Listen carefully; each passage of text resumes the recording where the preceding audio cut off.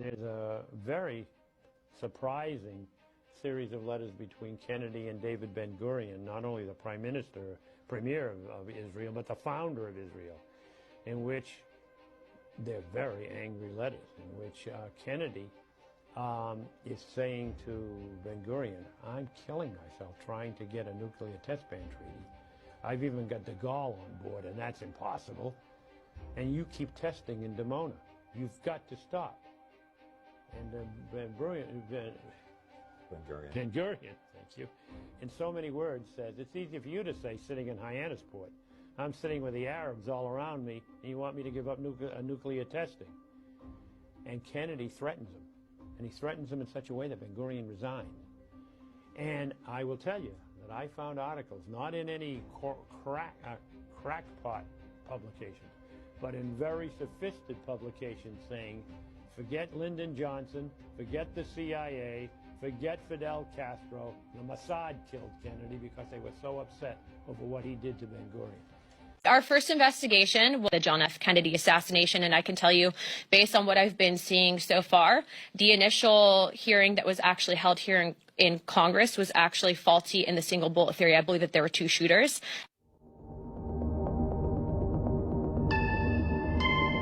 Have you established any more about the visit to the Soviet embassy in Mexico in September? No, that's the one angle that's very confusing for this reason. We have up here the tape and the photograph of the man who was at the Soviet embassy using Oswald's name.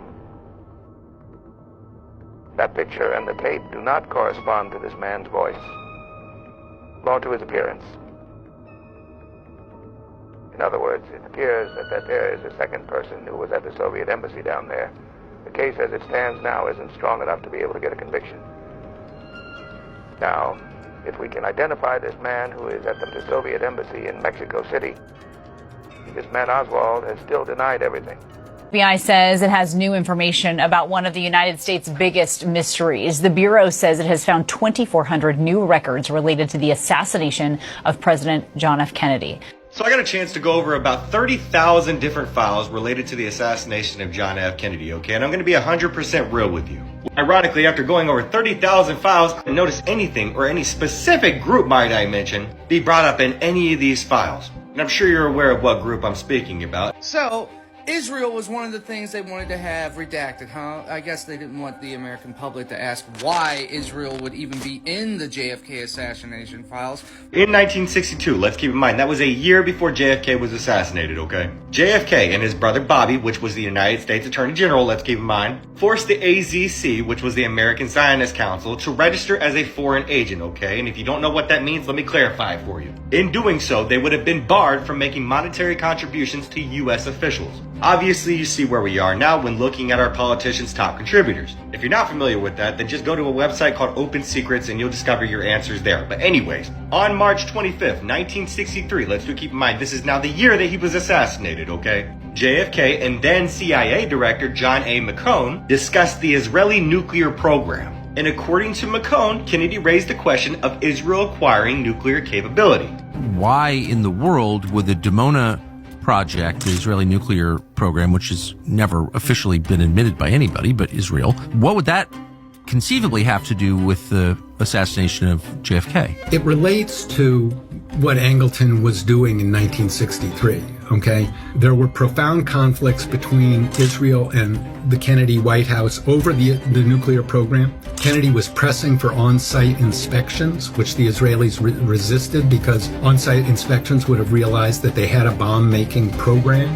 So this was a real bone of contention between the Israeli government and the Kennedy administration in the summer of 1963, at a time when Angleton controlled the Oswald files. The CIA hid the fact that one of their top officers, James Angleton, was working for Israeli intelligence for years. This has come to light as a result of the newly released unredacted JFK files. John F. Kennedy was opposed to the idea of Israel obtaining nuclear weapons, but thanks to CIA officer James Angleton, who was working for Mossad, Israel was able to get around JFK and obtain nuclear secrets secrets from the United States of America. James Angleton went behind JFK's back and leaked these important nuclear secrets to Israel. That's why Mossad intelligence head Meir Amit said that James Angleton is the biggest Zionist of them all. To make matters even worse, James Angleton was found to have hidden important documents from the government commission that was established to investigate the death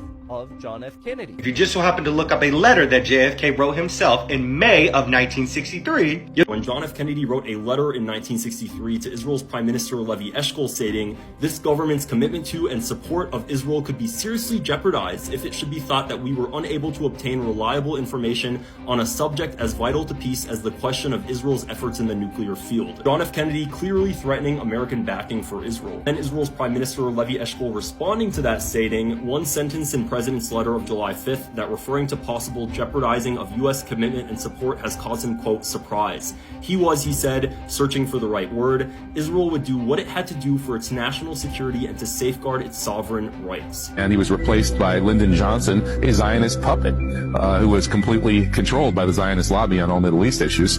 And Johnson turned around and essentially handed the Israelis their nuclear weapons. Not only did Johnson bolster Israel's nuclear weapons program, he did not compel the American Zionist Council to register as a foreign agent. Lyndon Johnson told me, because he was angry, that after that day, that the Kennedys would never embarrass him again. That was no threat, that was a promise. At 63, Texas-born Madeline Brown says the unthinkable, that Vice President Lyndon Johnson knew of the doom awaiting President Kennedy even before an assassin's bullet found its mark. Madeline Brown is a woman acknowledged in many circles as a long-term mistress of the late President Johnson's and mother of his illegitimate son, Stephen. I was his mistress, but actually I was his other family. We were just the hidden family that Steve and I never did share publicly with him. Madeline Brown's scandal was one of the worst-kept secrets in Texas. But this, a stunning inference that Lyndon Johnson was actually involved in the assassination. Did Johnson have reason to believe that John F. Kennedy was going to be assassinated? Yes, he did. That's a chilling charge to make. Yes, it is. It sure is. What did Johnson tell you about the people he believed were responsible for the assassination? Did he know who they were? Yes, he knew who they were. Well, why didn't Lyndon Johnson warn John F. Kennedy? He could have saved his life. Again, it was his way to the presidency of the United States, too. You're telling me now Johnson could have prevented this assassination? Yes, he could. From the moment he arrived in Dallas, the president's protection was suspect, according to Vince Palomara, a Secret Service expert. There was last-minute changes invoked by the Secret Service involving President Kennedy's security.